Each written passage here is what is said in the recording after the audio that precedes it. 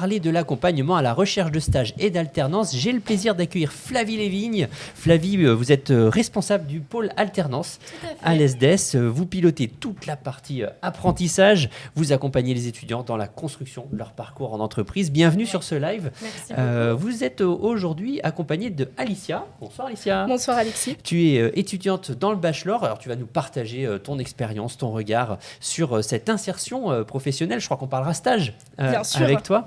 Alors Flavie, première question Oui. pour vous. Quel dispositif l'ESDES met en place pour accompagner les étudiants dans leur recherche d'alternance, de stage ? Alors, je vais d'abord m'exprimer pour la partie alternance. On propose pas mal de choses, voire beaucoup de choses à l'ESDES pour aider les étudiants à trouver une entreprise. Donc, dans un premier temps, nous organisons 2 forums dans l'année. Un en présentiel qui se tient sur une demi-journée, donc sur le campus. C'est quoi un forum ?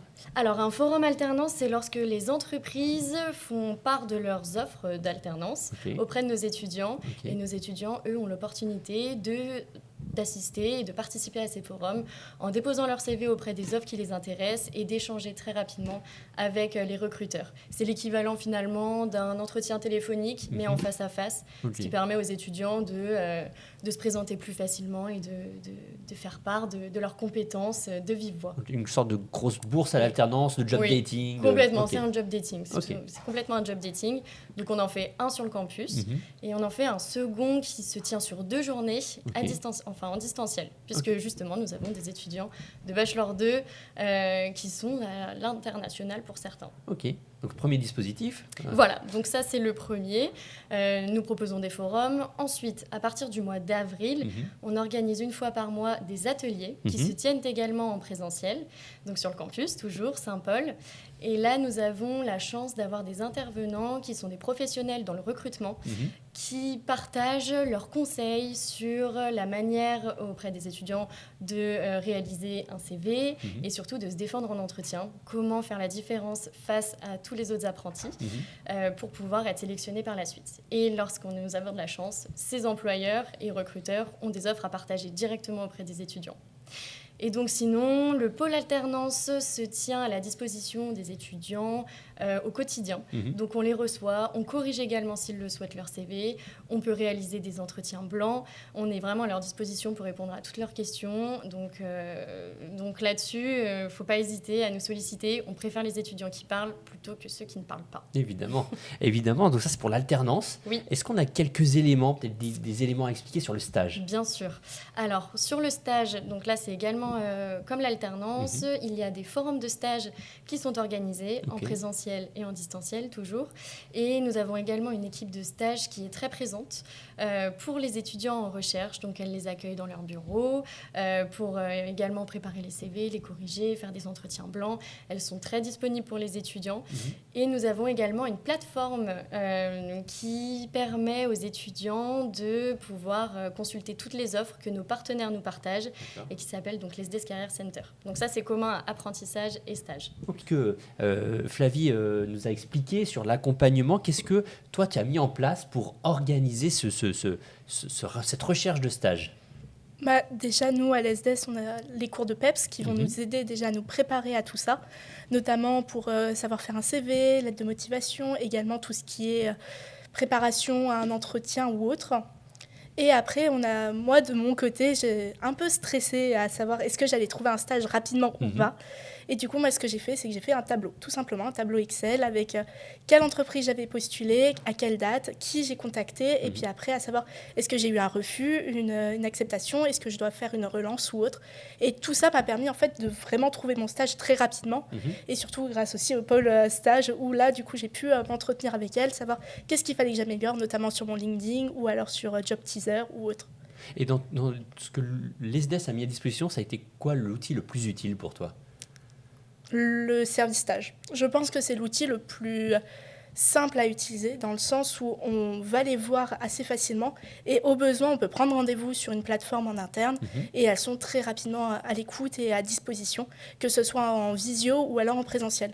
Même si on ne se le cache pas, présentiel, c'est bien plus simple de pouvoir se voir.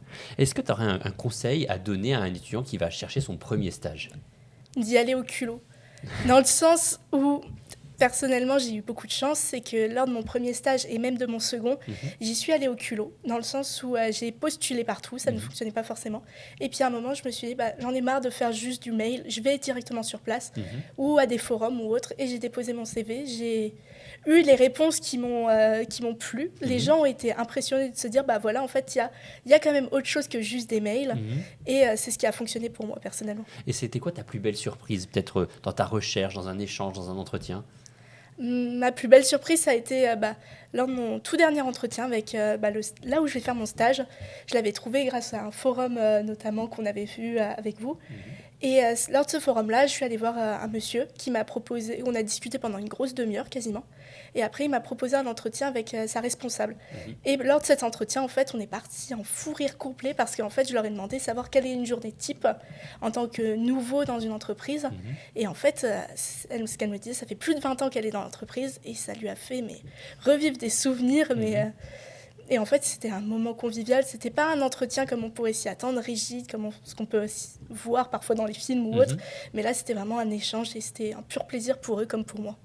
Merci beaucoup pour ces éléments. Flavie, on revient avec vous. Est-ce qu'il y a des secteurs ou des types de postes qui sont les plus fréquemment proposés aux étudiants en bachelor? Oui, bien sûr. Donc, on a un top 3 de postes que l'on retrouve le plus auprès des entreprises. Alors, en bachelor, le top 1, c'est business developer, commercial. Donc là, la grande majorité de nos étudiants occupent ce type de poste. D'accord. Ensuite, pour la spécialisation qui est plutôt orientée marketing, communication, on a beaucoup de community managers, donc gestion des réseaux sociaux. Et enfin, pour la spécialisation qui est plutôt orientée internationale, là, on retrouve plutôt des assistants achats. Ok, donc le top, c'est business developer, community manager et assistant achat. Complètement. Et par rapport au secteur, alors là, il n'y a aucune barrière. Tout type de secteur est autorisé. On a aussi bien un secteur du textile, industriel, IT.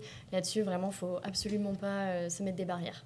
Alors, imaginons que je suis un étudiant de l'ESDES. Je suis en 3e année, je vais faire mon premier entretien pour un stage ou une alternance.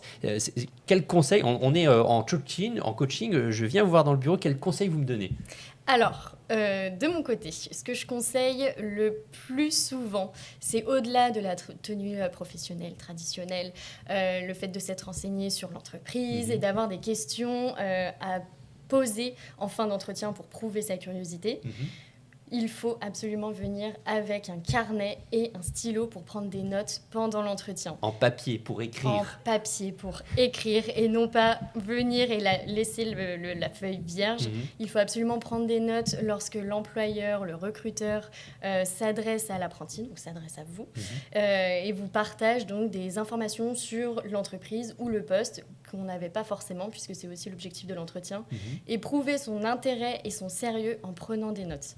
C'est ce qui fait c'est ce qui fait la différence et ce qui permet parfois de décrocher une alternance. On espère que vous avez pris note de tout ça justement. Un dernier élément pour toutes ces personnes qui nous regardent et qui prennent des notes, est-ce qu'il y a une erreur classique que vous voyez souvent et que vous voudriez mettre en avant et comment on peut la corriger? Oui, bien sûr. Alors, l'erreur classique qui regroupe plein de petites erreurs par la suite, c'est, bon, je vais être crue, mais c'est de se croire seul au monde, dans le sens où les étudiants ont l'impression, ce qui est vrai en plus, d'avoir une expérience professionnelle qui est solide, qui est très appréciée par les recruteurs, que ce soit par un précédent stage ou une précédente alternance, et c'est vrai, mais le problème, c'est qu'ils sont beaucoup comme l'apprenti en lui-même.